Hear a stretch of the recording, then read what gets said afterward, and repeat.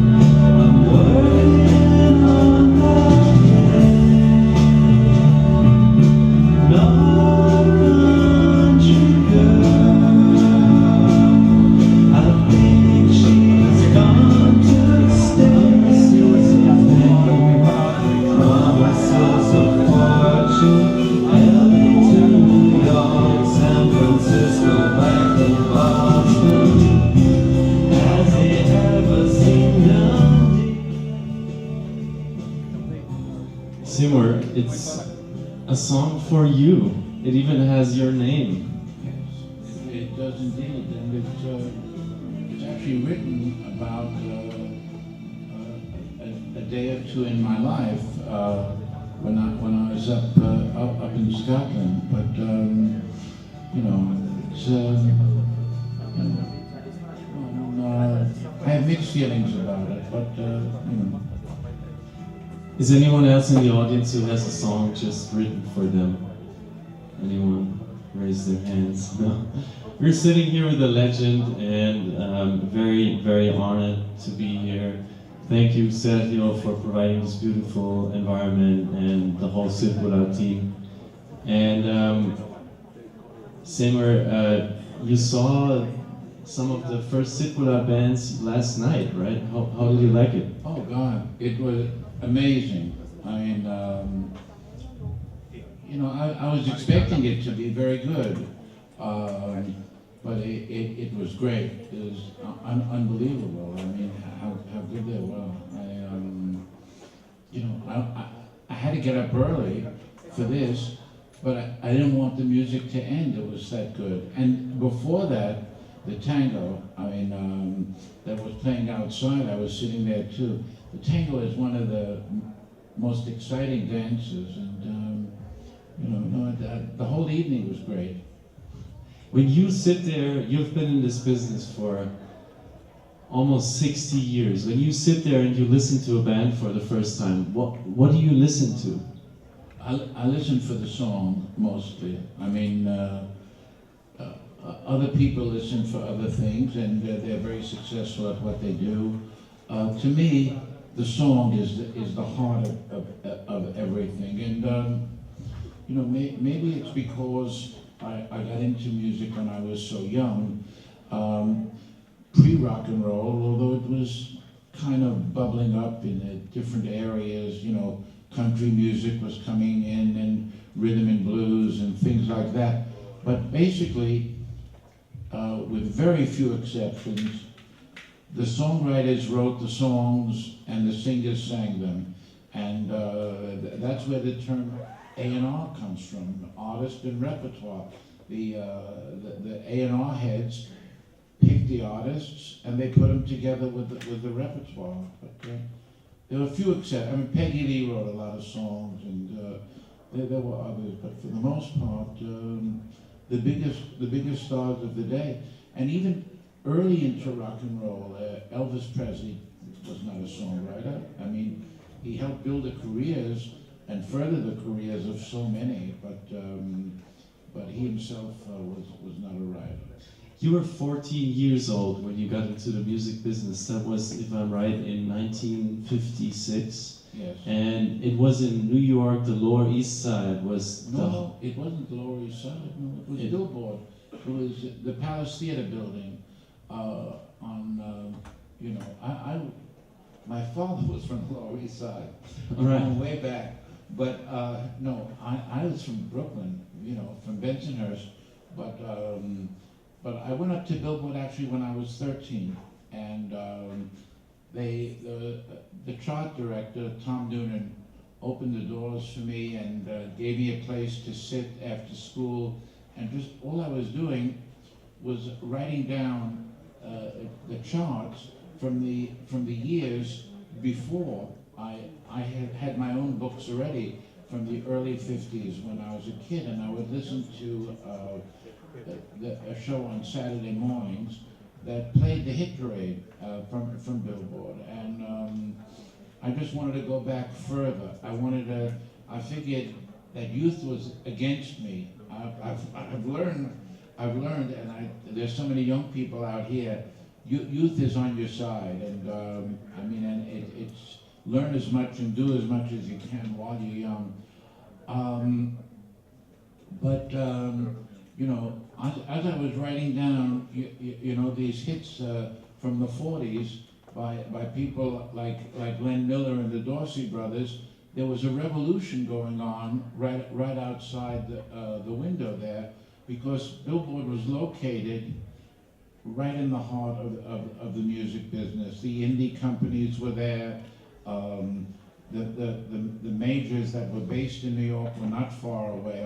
RCA was a bit further downtown, but and all the publishers were there. Many of them in the Brill Building and other buildings like 1650 Broadway. I mean, this was the heart. I mean, this was pre-UK.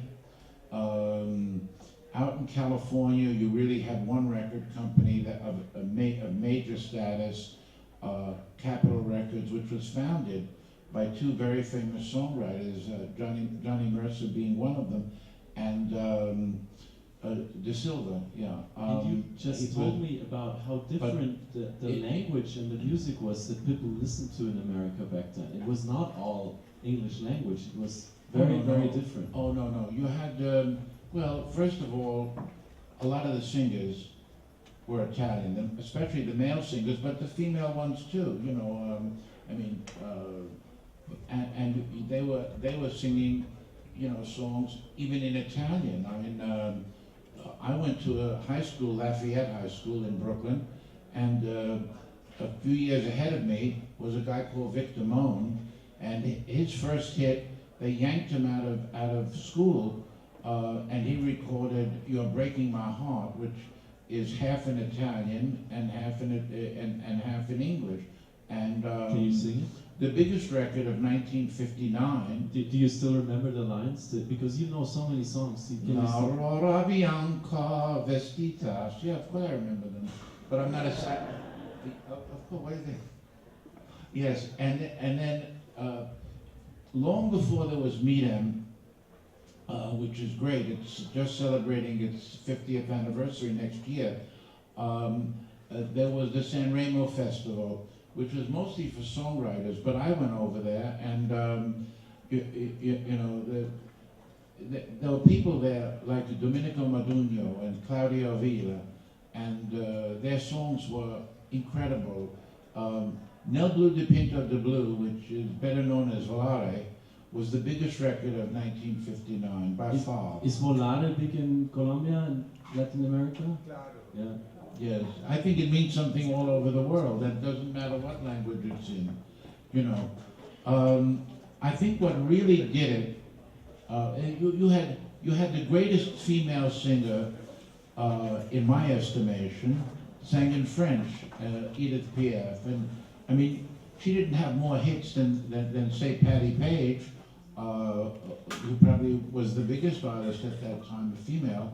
but her voice was unmistakable, and the power and the energy and the feeling she put into songs like Milord or La Vie en Rose or Non je ne regrette rien was unreal. You had German songs that made number 5. There's a song called Sailor. The original title was Seemann, which it means sailor, by a girl named Lolita. And you had from everywhere, you could song. Look, I told you earlier, the first time I went to China, it was Hong Kong in those days, but I would always go wherever I went, the first stop was a record store. And not anymore, because you need to hire somebody to find them. But which is very, I'm joking, but I'm not joking, and it's very sad, but it's also true. So all of a sudden I'm hearing this song, and the melody sounds so familiar to me, and there's a make way, ya wa ya, and so I said, I know this song. And then I remembered it was done by Frankie Lane, who was a very big Italian-American singer, and it was called Rose, Rose, I Love You, and I assumed it was an American song. And when I got to the office, the Warner office there, I said, I just heard this great old American song done in, I guess it's not Cantonese, I guess it's Mandarin. And he says, how does it go? I said, he said, well, that's a Chinese song. He said, you must have heard it by Ya Li, and her brother wrote it for her 3 years before the Frankie Lane record ever came out. It traveled, it all happened during the move from where China changed hands, and but the song made its way over, and they wrote English lyrics for it, and it was a big hit in many countries by many different artists. So great music can come from anywhere. Hugh Sakamoto with Sukiyaki, it was a hit by him in Japanese, then a Swedish group did it in Japanese. It's... And how about Spanish lyrics? Was there more Spanish in the music in the States? Well, there was Latin. I grew up in New York, and all the dances, the merengue, the cha-cha, the mambo before me, and the rumba. The Spanish controlled the whole dance scene, and there were big artists before my time. Xavier Cugat and Desi Arnaz.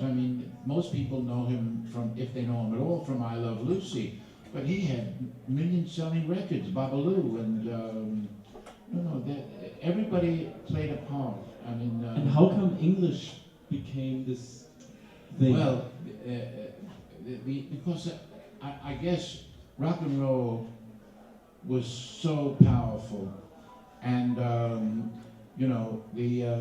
at first what they tried to do, and did quite successfully, the two major labels in the UK was EMI, which controlled about 50% of the market, which was amazing. They were the biggest company in the world. They were the first to go to China, the first in India. They set up in 1897, and 4 years later they were in India. They're just a fabulous company. Unfortunately they don't exist anymore, but they would cover, they would take American songs that were on the charts and cover them by English artists. A lot of them with made-up names, and but then, flash forward about 6 or 7, 8 years, then bands started on their own, and the Beatles being one of them. But the before Beatles that, killed it all? Or? But before that, there was a guy that doesn't get much credit, but should, a guy called Lonnie Donegan, and he played skiffle music. which was he was feeding American music that the Americans had forgot about, back to the English and you know, to the world. You know, like Rock Island Line and Does Your Chewing Gum Lose Its Flavor on the Bedpost Overnight, and Don't You Rock Me Daddy-O, and all those really incredible songs. And John Lennon was a big fan of his, and John Lennon's first band was called the Quarrymen, and it was a skiffle group. And and then, you know, the Beatles had a hard time in England. They went to Germany and Hamburg, and, you know, came back, and then they started to make it. But that same great label, you know, EMI, Kappa, they turned down the Beatles not once but twice. In fact, if it wasn't for the fact that VJ Records just ran out of money and couldn't pay royalties, they would have been on VJ, a rhythm and blues label in Chicago, for much of their career.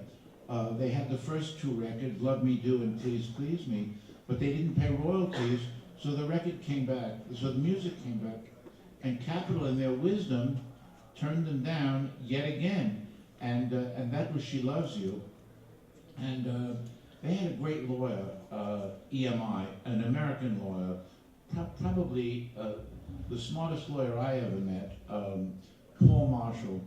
And Paul Marshall said, let me make the next deal. But he also had made the VJ deal, so that was, I guess he was trying to atone.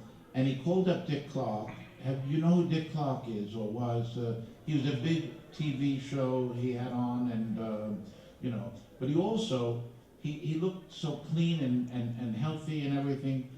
Dick Clark owned a piece of every record company in Philadelphia, which there was many, and he owned one completely by himself with a guy named Tony Mamarella. And so Paul Marshall says, look, I'm going to give you this one record, no advance, low royalty, break it. And it was She Loves You, and that happened. And then the Beatles picked up the Capitol picked up the Beatles for I Want to Hold Your Hand. And, you know, that's just a little bit of trivia there. Who in the audience is an artist? How many artists are in the audience? Hands up. Great. Thank you all for coming, by the way. It's early in the morning and it was a long night, and thank you all. You said that, you know, artists need mentoring, and you had mentoring throughout your career. I think everybody needs mentoring. I mean, you know, I certainly did, you know. How do you find a good mentor? How do you know someone is a good mentor? Well, sometimes people see something in you. And I was very, very lucky. Paul Ackerman, the music editor of Billboard, who was the first journalist to be inducted into the Rock and Roll Hall of Fame, he saw something in me, and he invited me to stay. I don't know how I ever got out of high school, but he invited me to stay over Wednesday nights when that's when they reviewed the records and picked the ones that would be highlighted, especially. And it meant a lot more back then because jukeboxes were so powerful. If an unknown artist got a great review in Billboard, it would mean 75,000 sales to the jukeboxes, because the charts were so slow back then that they couldn't wait. By the time it showed up on the charts, the record was almost over, and in many cases. So and people, particularly the indies, because I mean their music, their survival depended on you know how many records they sold, you know, on a monthly basis. Where the majors, they had huge rosters. So I met people like Sid Nathan from King Records, who became my greatest mentor. I met Ahmet Ertegun and Jerry Wexler. I met Leonard Chess from Chess Records, and it was a great experience.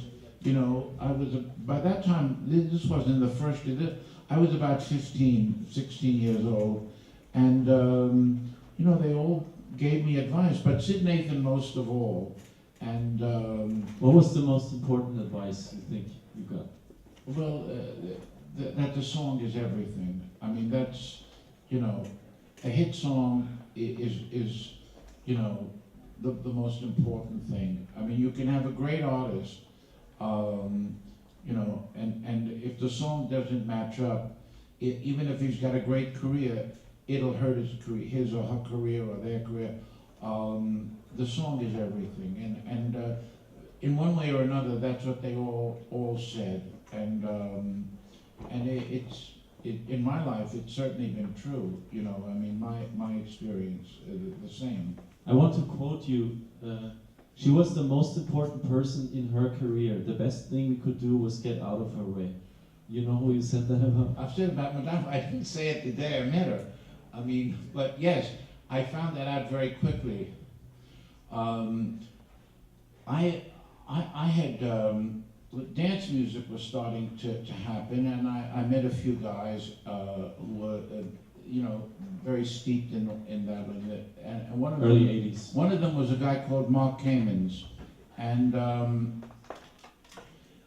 I gave him some work to do, but what he really wanted to do was produce, and I couldn't recommend him to one of my artists.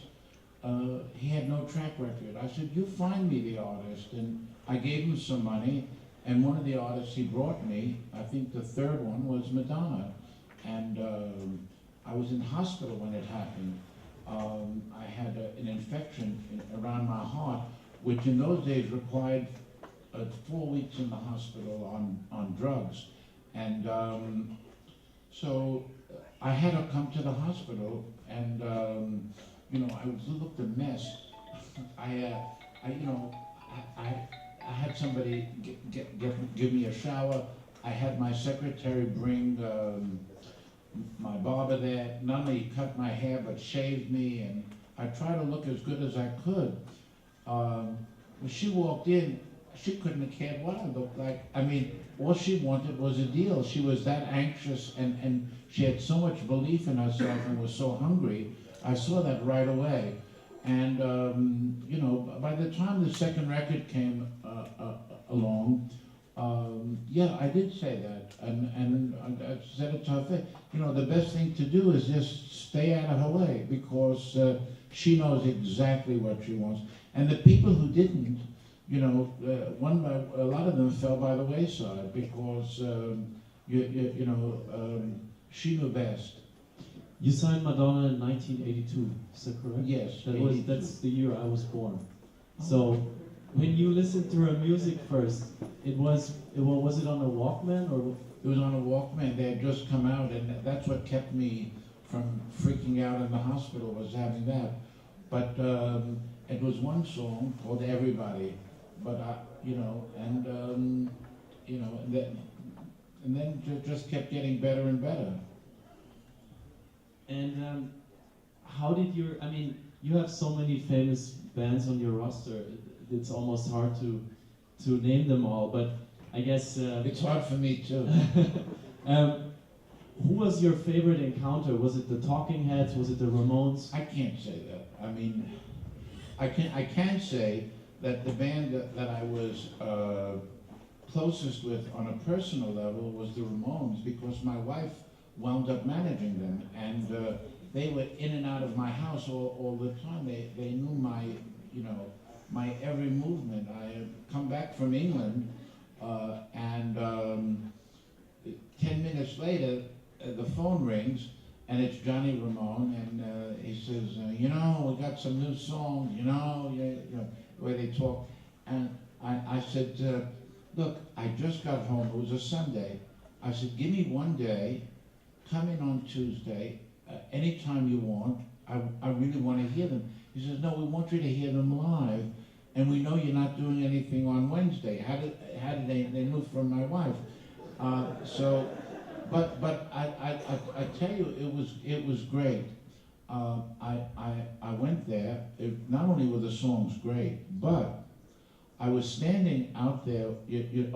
So I call up and I find out that the opening act for that night was a band I had already seen, and that I didn't care much about. So I was waiting outside. It was November, I remember, but it was a real mild November night, and I'm out there with Lenny Kaye from Patti Smith's band, and all of a sudden I hear the opening band, and it wasn't what I expected, and it happened to be the Talking Heads, and the music, it was like a snake charmer.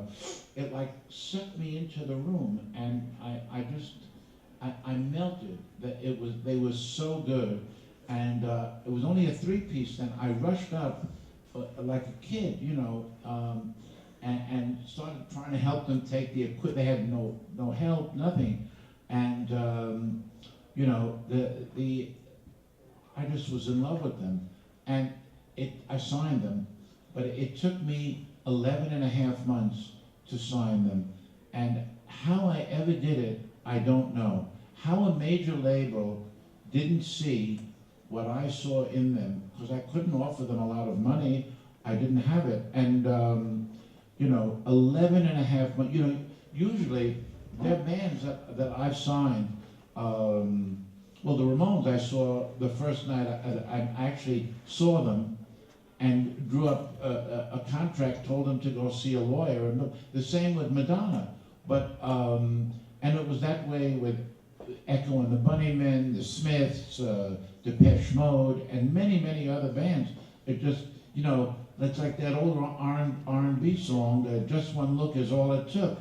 But the Talking Heads, they couldn't make up their minds what they wanted to do. They were getting very much involved in video.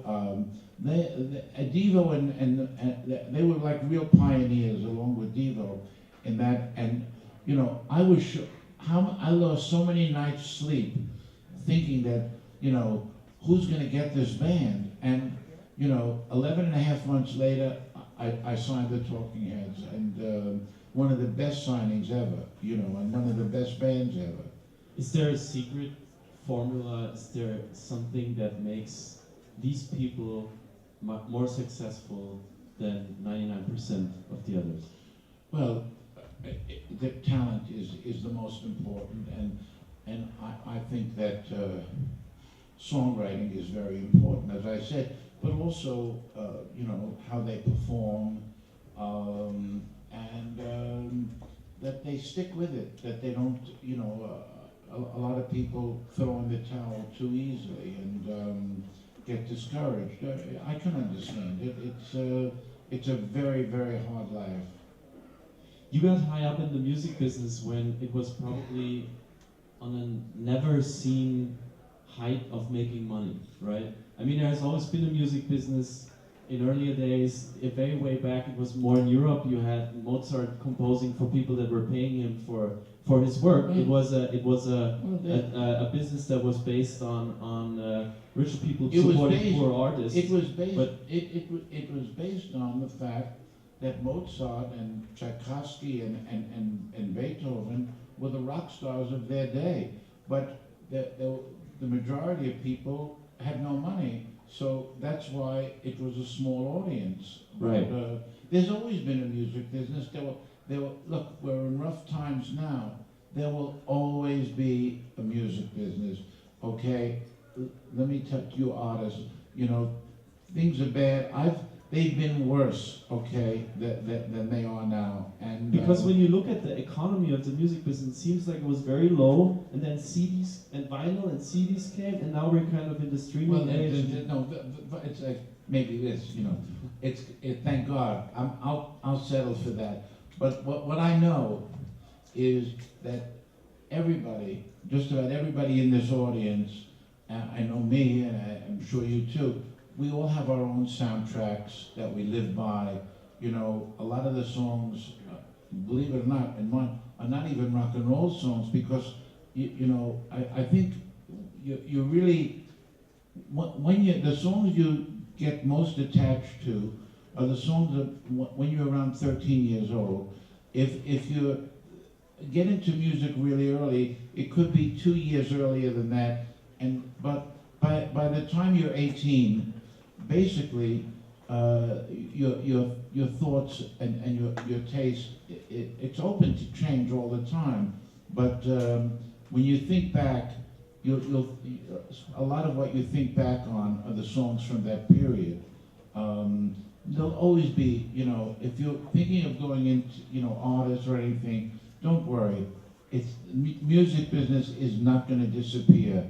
There have been harder times than this.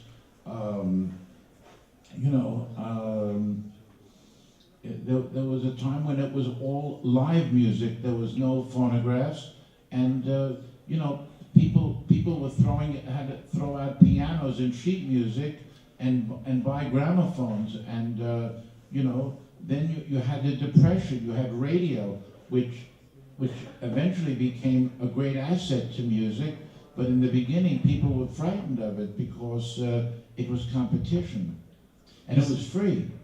You still go to work every day at Warner Records if you are in New York, if you're Yes. not traveling? Well, I travel a lot, but I work there too, and it's even harder sometimes. How has the company, this huge behemoth of a company, how has it changed over the course of your... How has it changed over the course of your life that you spent with Warner? What has changed? The environment, the kind of vibes in the company, is it less competitive, more competitive? Is it more decadent, less decadent? But let's not talk about that. Let's leave the decadence out of this. But the music business is changing all the time. I mean, look, there were only a few years ago, relatively speaking, there were 7 or 8 major labels. Now we're down to 3. I sold my company to one of the 3 surviving majors, but I still consider myself an indie in my heart, in my soul, and I think that's why I'm still around with, at least over there. I think they value that,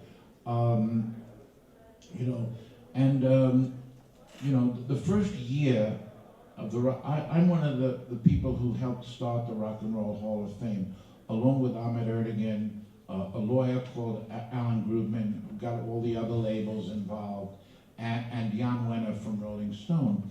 Now, that year, the first year, 41 names were on the ballot for the induction.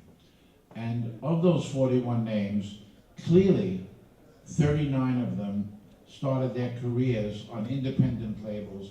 You think of Elvis Presley, you think of RCA Victor, but he really started on Sun. He had his first 6 records, which were #1. All of them were very high up on the country charts, never hit the pop chart, and some of them were #1. Started on Sun. Fats Domino on Imperial, James Brown on King, Chuck Berry on Chess, and on. Ray Charles on Atlantic, Jerry Lee Lewis also on Sun, the Everly Brothers on a pop label, an indie pop label called Cadence Records, and on and on. So the indies are very important. I guess the majors, I think you need them both, and that's it. But Sergio just came to me and said, "Hey, have you heard of 9 Inch Nails signing up? 9 Inch Nails Yeah. signing up with major Warner instead of staying independent." So, to all the artists, what would you recommend signing with a major by this day, or would you try independently? I would recommend signing with a person, someone who you believe is going to look after you, and there are some of them that exist at major labels. I mean, one that comes to mind that I'm not trying to push my own parent company is Craig Coleman, who runs Atlantic Records, and I'm not with Atlantic. I'm with Warner's, and there are others around too. You know, and there are some to avoid, I think, as well. But and you know, not everybody at indie labels, you know, are right either.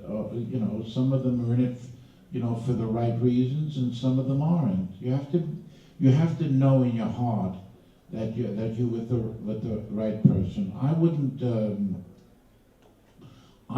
not sign with a major label if I believed that the person, you know, was going to look after me and believe in me.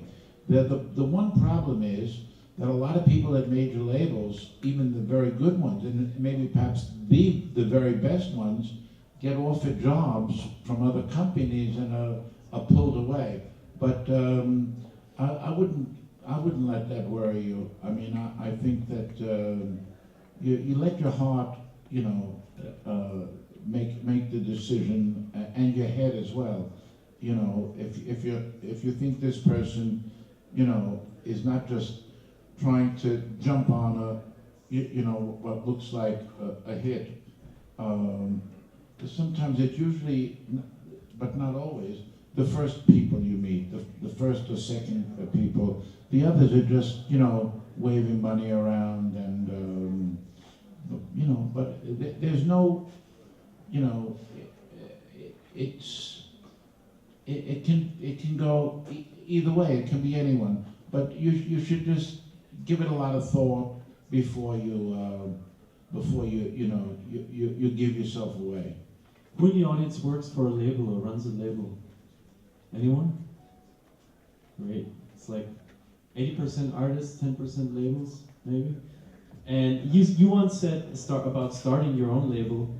We didn't really know what we were doing, but we took chances. Yeah, I didn't. Would that still work today in this less innocent environment? Well, I mean, at least I was admitting it. Most people don't. You know, you don't know what you're getting into. I mean, especially if it's your first label. I mean, if you start over again, and I think look, it's given me a great life. I mean, and you know, I'm very, very happy I did it. And once again, you know, don't put labels on people. You know, I mean, look, one of the most least likely people to have really long-term succeeded in the music business is Clive Davis. I mean, he was a lawyer, and you know, that's how he started, and he wasn't even the head lawyer. He worked for a guy called Harvey Shine, who's long gone, you know, and Clive Davis is one of the best music men that ever came along. And there are others whose names I won't mention who are very successful too, who just approach it as a business. And I worked very, very closely with one of them, and you know, try to avoid people who are all just about business. You know, I mean, Clive Davis loves music. Clive Davis is great at picking songs, you know, for artists. He's probably the best matchmaker that I know of matching, you know, which is old-time music. Back in the day, there was a guy at Columbia, Mitch Miller, who did that, and he became the most powerful man in the music business, and he had an equivalent at RCA who was quite good as well, a guy called Hugo Winterhalter. But Clive Davis today, still, he's probably 80 years old. He makes me feel young, but he's great, you know, and yeah, so that's, you know. I don't know. You have friends who work at, you know, higher up at Spotify and other new companies that are in the music business today. Do you think these companies, also Apple, who just launched its new service, will they be will they be the new saviors? Will they be money machines, or will they be just? The saviors. Should they pay artists more? What do you think about? The saviors, in the long run, the saviors are the people who make the music. I mean, and they have to get involved with the right people and make the right choices. It's all about, you know, there's lots of layers. There's more layers now than there's been, but it's still about the music. I mean, you know, but I'm not. Yes, the guy who runs Spotify in America used to work for me, and we're still very, very good friends. You know, an artist that everybody told me not to sign. You know, they're, please, this guy has no talent, and he actually didn't have that much talent. But what I saw in him, he had less talent than most of the artists that I signed. But what I saw in him is, if he had to jump off a 30-foot diving board into a bucket to make it, he would do it. And that guy's name is Tommy Page. And he was just, you know, running Pandora for a while.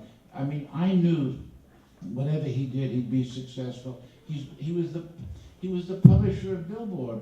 You know, I didn't even know he could read. You know, I mean, but he is that.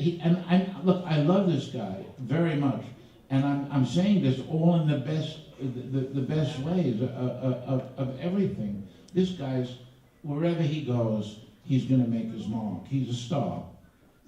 You just mentioned layers. If you want to sell music to people today, or if you want to be an artist, a label, you have to be on many more stages than before. You have to be on YouTube, on Facebook, you have to tweet, you have to be on the streaming platforms. And I just read this interview with Noel Gallagher from Oasis, and he said, people today don't want to be good, they want to be popular. Today, music business is about popularity, not about being good. What do you think about that? Well, first of all, I think Noel Gallagher is very talented, but like most artists who were in bands with their brothers, he's a bit crazy too. So I don't know. I mean, look at the Kinks. You know, they were crazy too. But the Kinks were one of my favorite bands. I don't know. I wouldn't. You know, what I would judge Noel Gallagher by is by his songs. You know, I mean, that's what he does best. I don't. And that's what I you know, would judge the Kinks by. You know, and you know, but these brothers, they wind up almost killing each other, you know, so, but no, I don't know. I mean, this is not putting them down. I mean, I love Oasis. Oasis was discovered by one of the greatest music men, Alan McGee, who I worked with very closely with several of his bands. He started out in life with the Jesus and Mary chain, you know, and so, you know, you're talking about very talented people, but, you know, I mean, it's like somebody calling me up and asking me a question about Wall Street, you know, I mean, I don't, you know. Do you own stock, or? Yeah, I do, but. So you could answer the question. No, I leave it in other people's hands. I mean, you know, mostly bonds. What was I'm very cautious. What was the music business is enough of a roller coaster. I don't need to, you know, walk into my office and instead of listening to some new songs, you know, have to call a broker up. I don't even have a broker. So. Can you reveal your biggest mistake of your professional career? You know, we can have 100 of them. You know, I mean, I made a lot of mistakes, but you know, but some of them I really can't talk about. But I'm still standing. You know, I mean, with a cane. But I'm still here, and I'm still active. I still have success. I still, most of all, I love what I do. So you know, what difference you know does it make? Maybe there's one you particularly know because you learned a lot from it and you want to share it. I really can't. You know, I'm not dodging it, but I can't think of one. I made a lot of mistakes.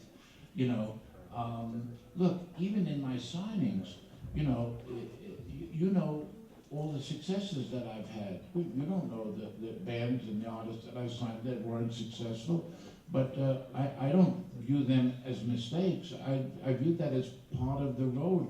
It's really a road that I'm traveling down, you know, and I hope I've got a few more miles to go, you know, but is there today? Sorry, I just lost my question. We're about to close down. Is there today? You're traveling so much. A city that or a country that you look at that could be, you know, the next big thing. oh, definitely. I'm glad you're talking about that. I wish we didn't wait till the clock is almost over. Yes, look, you have 400 million people in India over in the middle class or more, and increasing every year. The same in China, you know, and they make great music, and we should be interacting with them that much more. I go to India at least once a year. I go to China once a year. And there are other countries. I've started going to Brazil, which is another big market.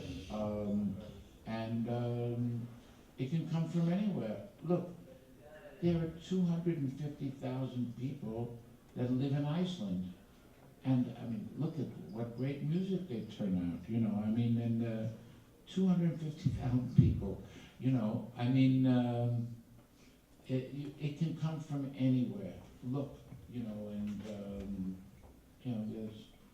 And you're still with your earplugs in. You're still going to the clubs.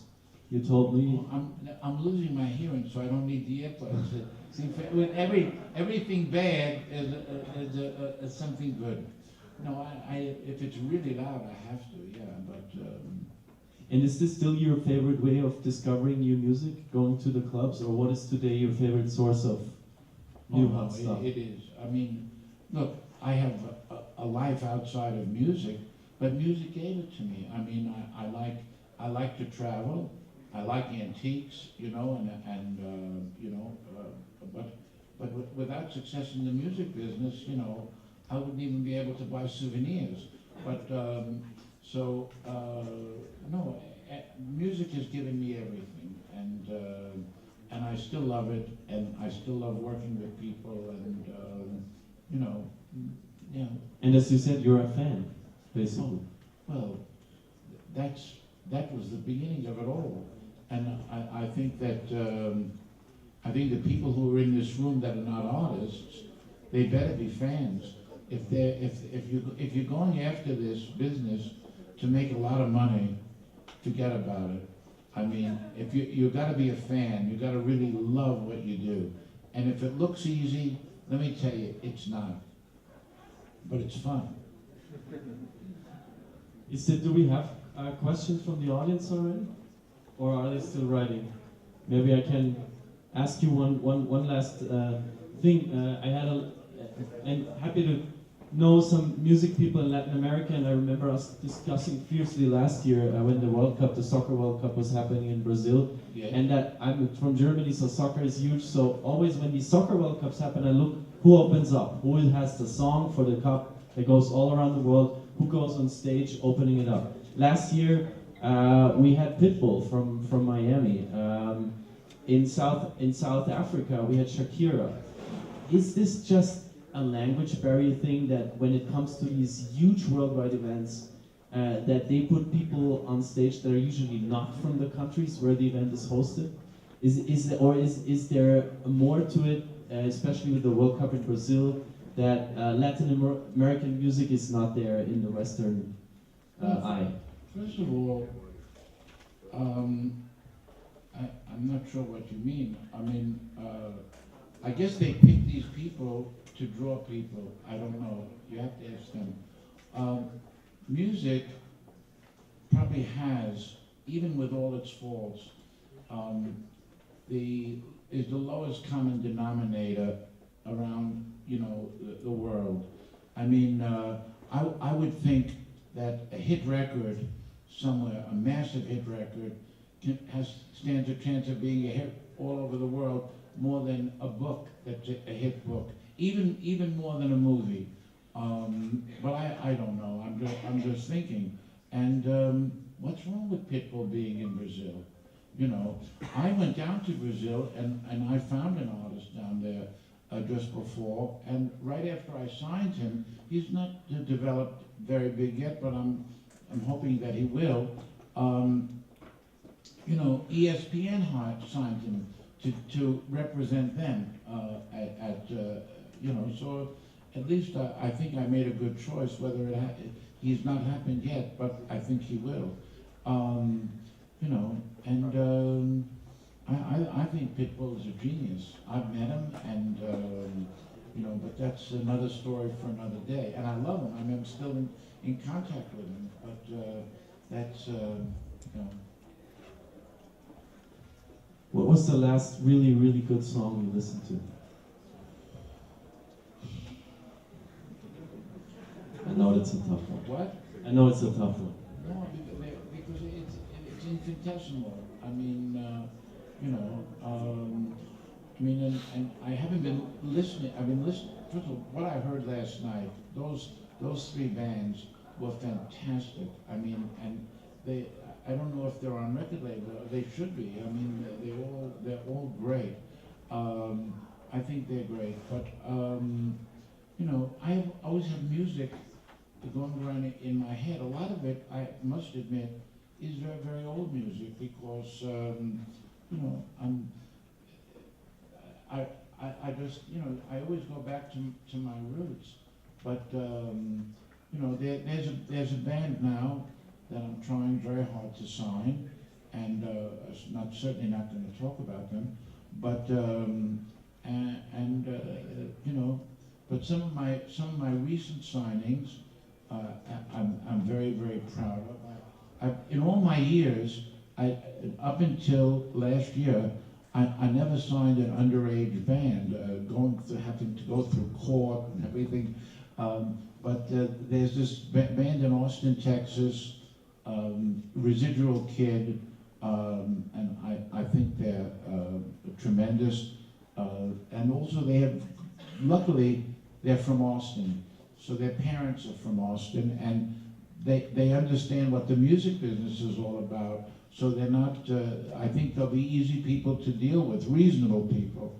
And so I'm very, very excited about them. And, you know,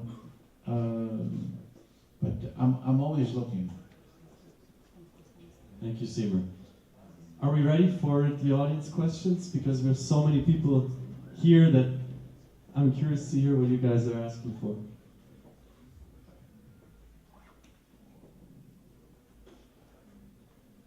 This one? Do you think there is space for Spanish music in the Anglo music market? In the Anglo? Yeah. That's a silly question. Is there space? Is there space in the world for Spanish music? Of course. The 40s were dominated by Spanish music, you know, and before we had all that trouble with Cuba. I mean, so much Cuban music, the mambo, the cha-cha, you know, all of that was coming in. And of course, I mean, look, I think this could be the greatest period for Spanish music. Almost all Spanish music is based on dance. And what is everybody fucking talking about today? Dance music. I mean, this is a dumb question. I'm sorry. Of course. So, I mean, it's you know. There should be more Spanish EDM.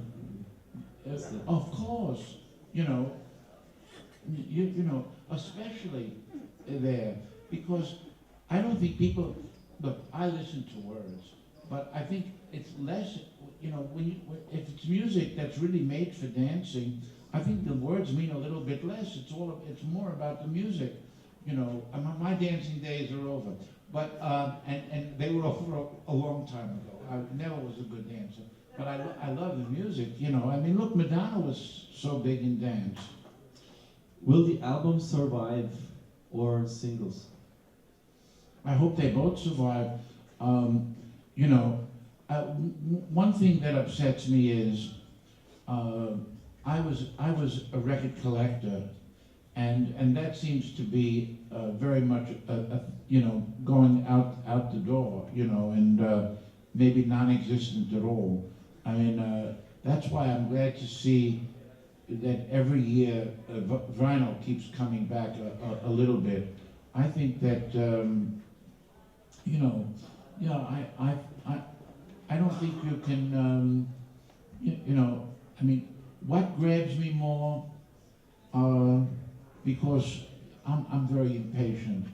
If I hear a great single, you know, whew, you know, and also I think that people, they say, oh, what a great album, and there are many great albums, but believe it or not, it's a lot easier to make a great album in some ways than a great single, because a great album, you've got 40 or 50 minutes to do it. It doesn't all have to be great.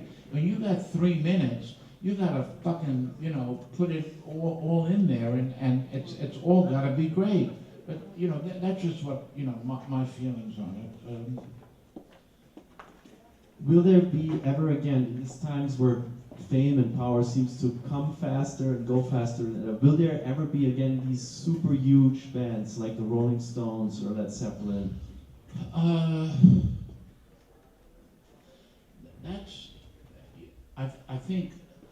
think that there certainly will be bands as good, and I'm a big. From here, I'm going up to Bogota to see Andrew Loog Oldham, who was the Rolling Stones' first manager, and we've been friends for 50 years. He came into. I was working at my last job. I was working at Redbird Records, and he came in looking for songs for the Rolling Stones. They didn't always write their own songs, and Jerry Lieber wouldn't see him, and Mike Stoller wasn't there. And I brought him in, and I gave him a song that they recorded called Down Home Girl. But the thing is, I think that there certainly will be bands as good as the Rolling Stones. There certainly will be artists who are important to me as good as Hank Williams, as good as Fats Domino, James Brown, Ray Charles, you know, Chuck Berry. There will be, but even though the market is so much bigger than it was back in those days, in many ways it's so dissipated because you've got music coming at you from every direction, and I think I'm really not. That's not really a music question. That's more of you know, for somebody who's more on the other side of the fence to answer. I think that you're just hearing too much. You know, I mean, you know, it was such a big deal when a Rolling Stone album came out. I mean, we all went crazy. You know, or even before that, when I knew that there was a new Elvis Presley single out, I ran to the store to get it. I remember Hound Dog and Don't Be Cruel, which were back to back, and I got the last copy of it in the record store. You know, and no, but I think there's just too much ways you can get music now, and I don't know what if that has a positive effect or a negative effect on. I think overall it's positive, but I mean, if the Rollings, you know, if a band like the Beatles or the Rolling Stones can hold such sway, because there's and it shouldn't be. I mean, there's so much great music. Why, you know? And but I'm not really.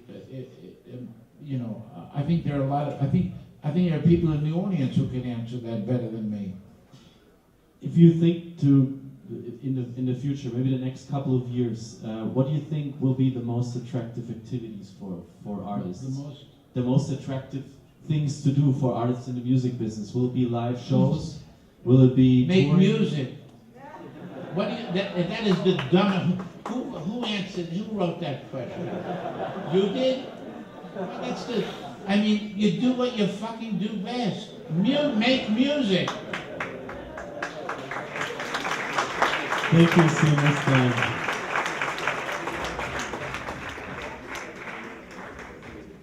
I think totally done. And I'm just warming up. you're just warming up. Okay.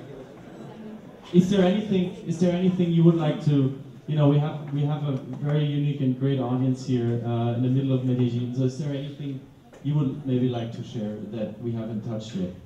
Well, I think you're in a very good position. I think that the history of this area, you know, of South America, Central America, the Caribbean, look, it just oozes music out of it. I mean, I used to go every year, and I went this year as well, to Trinidad. I love soca and calypso music. Jamaica is so rich, you know, and when Cuba comes back, I think that can have a very, very positive effect. If, you know, because they really were an engine. They drove a lot of the Latin music that made it into the United States, you know, back in the 40s and 50s. So maybe I can end with some lines from Belle and Sebastian and say, ticket for a plane, record company man, have a nice flight home. Thank you, sir. Thank you. Thank you very much for that.